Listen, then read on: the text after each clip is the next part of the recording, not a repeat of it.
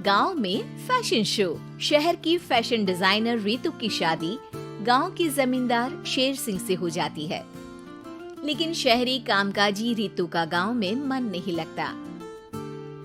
क्या सासू माँ, ये गांव में तो कुछ नहीं है, मेरा दिल ही नहीं लगता यहाँ, क्या करूँ मैं? अरे बेटा, जहाँ पति का कारोबार, बीवी तो वही अच्छी लगती है ना। अब हम लोग इतने पैसे वाले हैं कि गांव में मेरे बेटे लायक लड़की ही नहीं मिली। अरे माँ, मैं तो ये बोल रही हूँ कि क्या करूँ जिससे मेरा थोड़ा दिल लगे।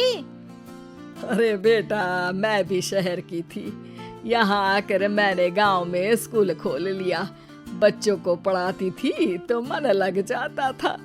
तू भी कुछ देख ले जिससे गांव की बहू बेटियों का भला हो जाए और तेरे जमींदार ससुर जी का नाम भी हो जाए। रितु क्या करती?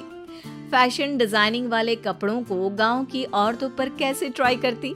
लेकिन एक दिन, अरे क्या बात है डार्लिंग, बड़ी जल्दी उठ गई। और ये हाथ में फेविकॉल और कागज, कहाँ जा रही हो? मैंने सोच लिया है कि मैं अपना फैशन बुटीक खोलूंगी।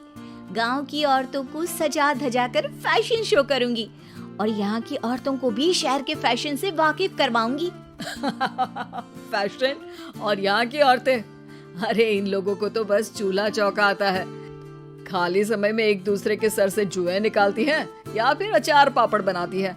इन लोगों के बस की नहीं है फैशन को समझना। लेकिन रितु मानती नहीं।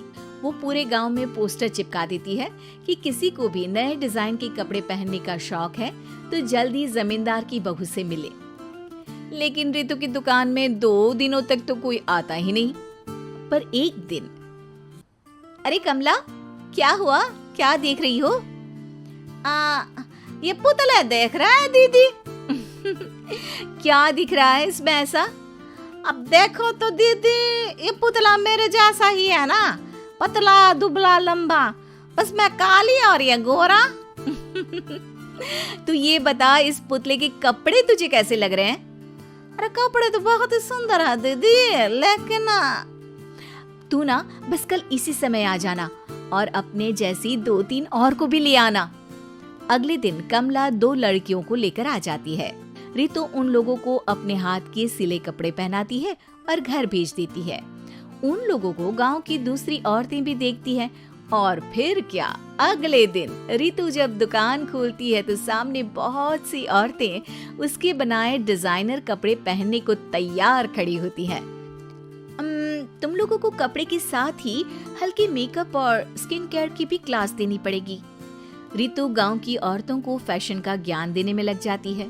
एक दिन रितु का पति कहता है, अरे रितु, तुम्हारी फोटो पेपर में आई है। क्यों भाई, ऐसा क्या कर दिया मैंने? क्या लिखा है? अरे लिखा है गांव में होगा अब फैशन वीक। अरे हाँ, कल ना कोई फोन आया था मीडिया वालों का, तो मैंने भी बोल दिया कि फैशन शो तो अब गांव में होगा। लग रहा है उसी की खबर बना दी है। तभी रितु को एक फोन आता है। हेलो, कौन बोल रहा है? जी मैं काम्या बात कर रही हूँ, लुक मी फैशन वीक से। हम लोगों ने आपका काम देखा।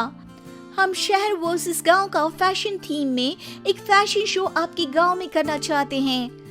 अरे वाह, ये तो बहुत ही अच्छी बात है। मैं अपनी मॉडल्स के साथ शो में हिस्सा जरूर लूंगी। बस अब क्या था, वो दिन भी आ जाता है जब रितु की गांव की गोरी शहर की छोरी के साथ स्टेज शो में हिस्सा लेती हैं। शो के बाद, अरे आपकी वो जो कलेक्शन है ना, मैं उसकी पूरी सीरीज खरीदना चाहती हूँ। सच में आपने वो कपड़े डिजाइन करे जो आज के लोग आसानी से घर और बाजार में पहन सकते हैं। और बजट में भी है। हम भारतीयों के लिए तो ये डिजाइन बेस्ट है जी। वैसे आपने क्या सोचकर ये कपड़े बनाए और आप इसे कितना आगे और लेकर जाना चाहती हैं?